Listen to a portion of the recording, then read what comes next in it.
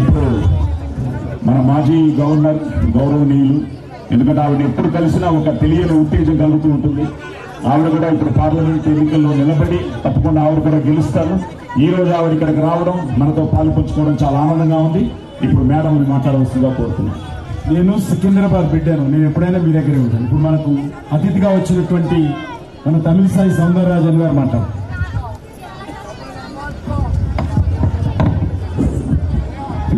అందరికీ నమస్కారం. నా ఇక్కడ రావడం, మీ అందరూ కలవడం నాకు చాలా సంతోషంగా ఉన్నది. ఎవరికి ఓటు వేయాలి? మోడీజీకి, కిషన్ రెడ్డి గారికి ఓటు వేయండి. ఎందుకు ఓటు వేయాలి?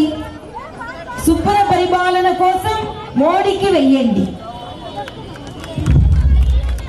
దేశాన్ని సురక్షితంగా ఉంచాలంటే మోడీజీకి, కిషన్ రెడ్డి గారికి ఓటు వేయండి. దేశానికి బలమైన ప్రధాని కావాలి అంటే మోడీజీకి, కిషన్ రెడ్డిజీకి వేయండి. నేను ఒక్క ప్రశ్న అడుగుతున్నాను.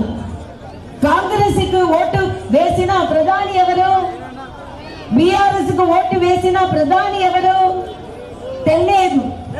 బీజేపీకి ఓటు వేసిన ప్రధాని ఎవరు? బలమైన నాయకుడు మోడీజీ, బలమైన నాయకుడు మోడీజీ. సో యారికి వేసిన ఓటు? మోడీజీకి వేసిన ఓటు.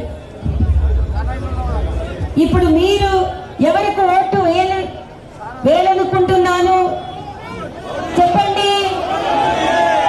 ఇప్పుడు మీరు ఎవరికి ఓటు వేయాలనుకున్నాను?